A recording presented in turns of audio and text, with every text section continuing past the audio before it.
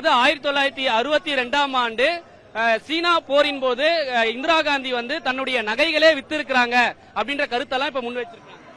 1962 சீனா போர் நடப்பதற்கு காரணம் யாரு? பண்டிட் ஜவஹர்லால் நேரு.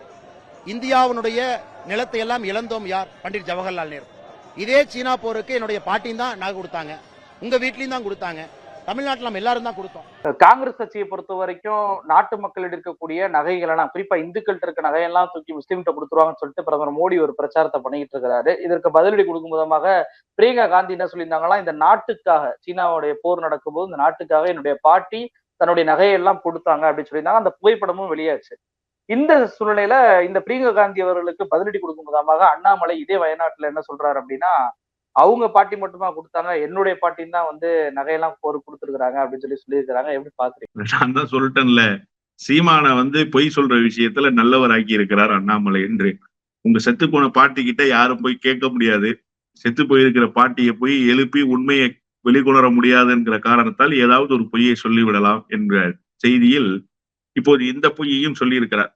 பிரியங்காவினுடைய பாட்டியார் மரியாதைக்குரிய இந்திரா காந்தி அம்மையார் இந்த தேசத்துக்காக எத்தனை தியாகங்களை செய்தார் என்பதை வரலாறு வரவு வைத்திருக்கிறது. அண்ணாமலை அப்பா யாருன்னே தெரியாது.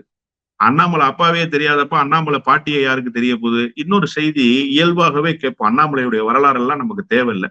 சீன யுத்தத்தில் ஜவஹர்லால் நேருவினுடைய நிலைப்பாடு எப்படிப்பட்டதாக இருந்தது, ஜவஹர்லால் நேரு அந்த பிரச்சனையை எப்படி அணுகினார் என்பதெல்லாம் வரலாற்று ரீதியாக பேச முடியும். ஏன்னா அந்த செய்தியை மட்டும் அவர் சொல்லல, என்னுடைய பாட்டி கொடுத்தாங்கிற செய்தியும். சீன போருக்கு காரணமே ஜவஹர்லால் நேரு தான் என்று சொல்லி இருக்கிறார். ஜவஹர்லால் நேரு தனிநாடு கேட்டுக்கொண்டிருந்தார் அண்ணா. அண்ணாவிடத்திலே முரண்பட்டிருந்தால் ஜவஹர்லால் நேரு, ஆனா அண்ணாவுக்கு கடிதம் எழுதினார், சீன யுத்தம் நடைபெறுகிறது, நீங்கள் உங்களுடைய ஆதரவை இந்திய திருநாட்டுக்கு தர வேண்டும் என்று சொன்னதற்கு பிறகுதான் தனிநாடு கோரிக்கையை தற்காலிகமாக ஒத்தி வைக்கிறோம் தம்பி, அதற்கான காரண காரியங்கள் இன்னும் அப்படியே இருக்கிறது தம்பி என்று தன்னுடைய தம்பிமார்களுக்கு கடிதம் எழுதிவிட்டு தற்காலிகமாக தனித்தமிழ்நாடு கோரிக்கையை அண்ணா ஒத்தி வைத்தார் என்பது வரலாறு. இன்னொரு செய்தியையும் அண்ணா கூடுதலாக சொன்னார், வீடு இருந்தால்தான் தம்பி ஓடு மாற்ற முடியும், வீடே இல்லை என்று சொன்னால் எங்கிருந்து நாம் ஓடு மாற்றுவது என்று கேட்டு, சீனா இப்போது படையெடுக்கிறது, எனவே இந்தியாவை பாதுகாப்போம், பிறகு இந்தியாவிடமிருந்து நம்மை நாம் பாதுகாத்துக் கொள்வோம் என்கிற செய்தியை அண்ணா சொன்னார் என்பது வரலாறு. எனவே முரண்பட்டிருந்தவர்களை கூட ஒருங்கிணைத்து சீன யுத்தத்தை எதிர்கொண்ட தலைவர் தான் பண்டிதர் ஜவஹர்லால் நேரு. ஆனால் இவர் பண்டிதர் ஜவஹர்லால் நேரு தான் சீனாவினுடைய யுத்தத்துக்கே காரணம் என்று இன்றைக்கு பேசுகிறார். உண்மையிலேயே நிலைமை என்ன தெரியுமா? சீனா படிப்படியாக 1800 ஹெக்டேர் உள்ளே இப்போது தன்னுடைய எல்லையை விரிவாக்கம் செய்திருக்கிறது. அதை கேட்க துப்பில்லாத ஒரு தலைவராக, துப்பற்ற ஒரு பிரதமராக மோடி இருக்கிறார். அது பேசுவதற்கு வக்கற்ற ஒருவராக அண்ணாமலை இன்றைக்கு இருந்து கொண்டு ஜவஹர்லால் நேருவை குறை சொல்லி கொண்டிருக்கிறார். இன்னொரு விஷயம் இயல்பாகவே நம்ம கேட்போமே, அவர் என்ன சொல்றாரு, எங்க பாட்டி சீனா யுத்தத்துக்கு நகையை கொடுத்தாங்க அப்படிங்கிறாரு. நான் ஆடு மேய்ச்சி தான் படிச்சேன் அப்படின்னு நீங்க சொன்னீங்க. சரி, சீனா யுத்தம் நடந்தது எப்போது? 1960களில். 1960களில் தங்கத்தினுடைய விலை எவ்வளவு? இப்ப நீங்க என்ன சொன்னீங்க? இந்த தேர்தலுக்கு முன்பு கோயம்புத்தூர் தொகுதிக்கு வெறும் 2 இரும்பு புட்டிகளை நான் தூக்கி கொண்டு வந்தேன் என்று சொன்னீர்கள். இதற்கு முன்பு நீங்கள் என்ன சொன்னீர்கள்?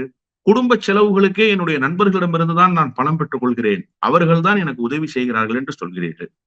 குடும்ப செலவு பண்றதுக்கு உங்களுக்கு வழி இல்லை, ஆடு மேய்த்துத்தான் என்னுடைய வாழ்நாளில் நான் படித்தேன் என்று நீங்களே சொல்லி இருக்கிறீர்கள். இப்போதும் மாநில தலைவராக இருக்கிற நீங்கள் 2 இரும்பு பெட்டியை இப்ப எங்கேயுமே இல்லை. ஆனா அண்ணாமலை கிட்ட மட்டும் இரும்பு பெட்டி இருக்கு. வேற யாருக்கிட்டையும் தமிழ்நாட்டுல இரும்பு பெட்டி இல்லை. எந்த வீட்லயாவது இரும்பு பெட்டி இருக்கான்னு கேட்டா எங்க பாட்டனார் காலத்துல இருந்தது, அதையும் நாங்க தூக்கி போட்டோம் ரொம்ப காலத்துக்கு முன்னாடி. இதுதான் யதார்த்தமான உண்மை. ஆனா அண்ணாமலை 2 இரும்பு பெட்டியை வச்சிருக்காரு. இரும்பு பெட்டி வைத்திருக்கிற அண்ணாமலையினுடைய பாட்டி 1960களில் நகையை சீனா போருக்கு தானமாக தந்திருக்கிறார், அந்த யுத்தத்தை எதிர்கொள்வதற்கு என்கிற செய்தியை யாராவது நம்ப முடிகிறதா?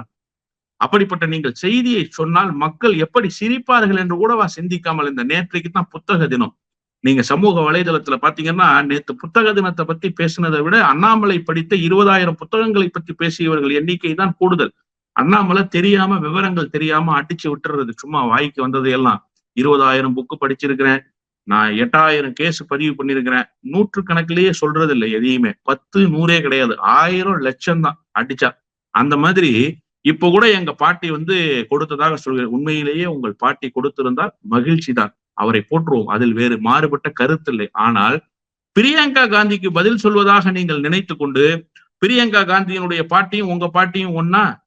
பிரியங்கா காந்தியினுடைய வழித்தொண்டர்கள் இன்றைக்கு மக்களுடைய மனநிலையை புரிந்து கொண்டு மக்களுக்கேற்ப அரசியலை நகர்த்தக்கூடிய அரசியல் தலைவர்களாக தங்களை தகவமைத்துக் கொண்டிருக்கிறார். ஆனா நீங்க என்ன செஞ்சுக்கிட்டு இருக்கீங்க? குண்டு சட்டிக்குள்ள குதிரை ஓட்டிக்கிட்டு இருக்கீங்க.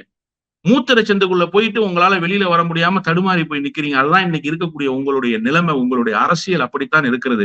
எனவே இப்படிப்பட்ட பதில்களை எல்லாம் அண்ணாமலை சொல்வதை மக்கள் நகைப்புக்குரிய செய்திகளாகத்தான் பார்ப்பார்கள் என்பதை இன்றைக்கு நீங்கள் வேண்டுமானால் பாருங்களேன். சமூக வலைதளத்திலையும் சரி, ஊடகங்கள்லயும் சரி, இவர் பேசினதுதான் இன்னைக்கு ட்ரோல் ஆக போகுது. அண்ணாமலை டெய்லி ஒரு ட்ரோல் சப்ஜெக்டை எல்லாருக்கும் கொடுத்துட்டு இருக்காரு. தேர்தல் முடிஞ்சாலும் அண்ணாமலையினுடைய பித்தலாட்ட வேலைகள் பொய் நிறுத்த போவதும் இல்லை, நின்று போக போவதும் இல்லை. தினந்தோறும் நமக்கு ஒரு கேளிக்கை தேவை என்று சொன்னால் அண்ணாமலை தினந்தோறும் இப்படி பேசிக் கொண்டிருக்க வேண்டும் என்றுதான் மக்கள் விரும்புகிறார்கள் என்கிற நிலைமைக்கு அண்ணாமலை இப்போது வந்து சேர்ந்திருக்கிறார். In Tamil Nadu, the good thing is diversity. I can have a dosa and I can have some chicken. I can carry on. No, and no problem. Nobody is going to. What? I will come and eat with you. What is the problem? Lovely. ராமநவமிக்கு முன்னாடி வட இந்தியாவில ஒரு விரதங்கள் வந்து அங்க இருக்கக்கூடிய மக்கள் வைப்பாங்க. அந்த விரதத்தின் போது இந்தியா கூட்டணி கட்சி தலைவர்கள் எல்லாம் வந்து நான்வெஜ் சமைச்சு சாப்பிடுறாங்க. இது வந்து முகலாயர்கள் பாணியில, அதாவது முகலாயர்களை பொறுத்த வரைக்கும் இங்க வந்து நம்ம இந்து அரசர்களை தோக்கடிச்சதோட அவங்க நிக்கல, இங்க இருக்கக்கூடிய கோயில்களையும் கொள்ளையடிச்சாங்க.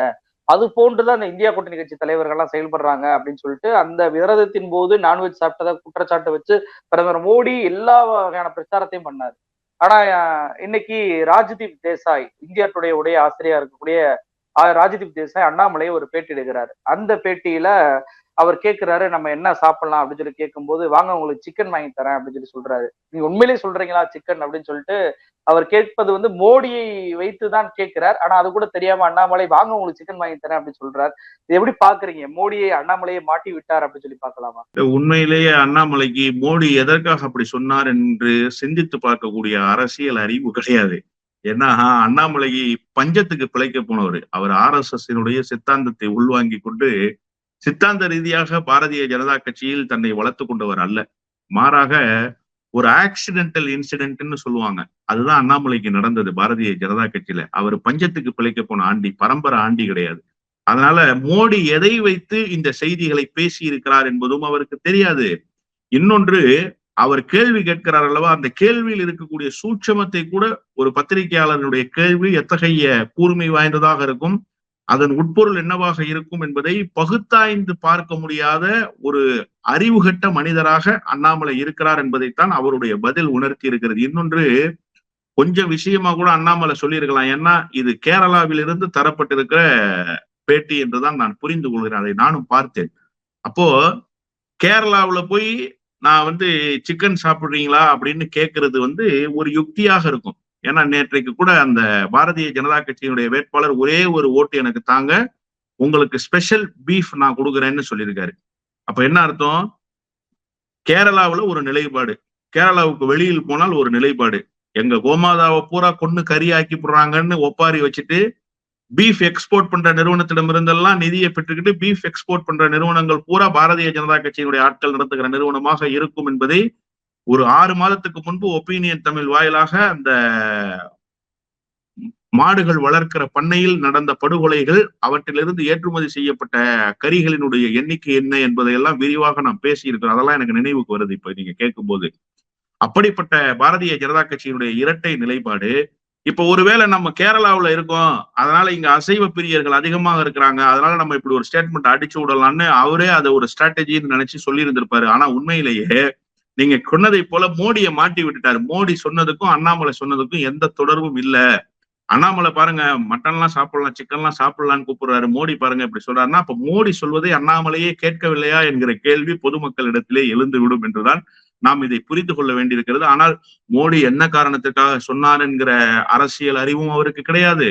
பத்திரிகையாளர் எந்த காரணத்திற்காக இந்த கேள்வியை கேட்டிருக்கிறார் என்கிற அரசியல் அறிவும் அண்ணாமலைக்கு கிடையாது. அதனால்தான் அண்ணாமலை தனக்கு வாய்க்கு வந்ததையெல்லாம், தன் மனதுக்கு தோன்றியதையெல்லாம் ஒரு பிறல் மனம் கொண்டவர் எப்படி பேசுவாரோ அதுபோல் அன்றாட செய்திகளை யாராவது சொல்லுவானா சார், வெயில் திமுகவால தான் கோயம்புத்தூர்ல ஜாஸ்தி ஆயிடுச்சுன்னு சொல்லி யாராவது சொல்லுவானா? ஒரு பைத்தியக்காரன் அப்படி ஒரு ஸ்டேட்மெண்ட்டை சொல்லுவானா? உண்மையாவே அதற்கும் திமுகவுக்கும் ஏதாவது சம்பந்தம் இருக்குதா?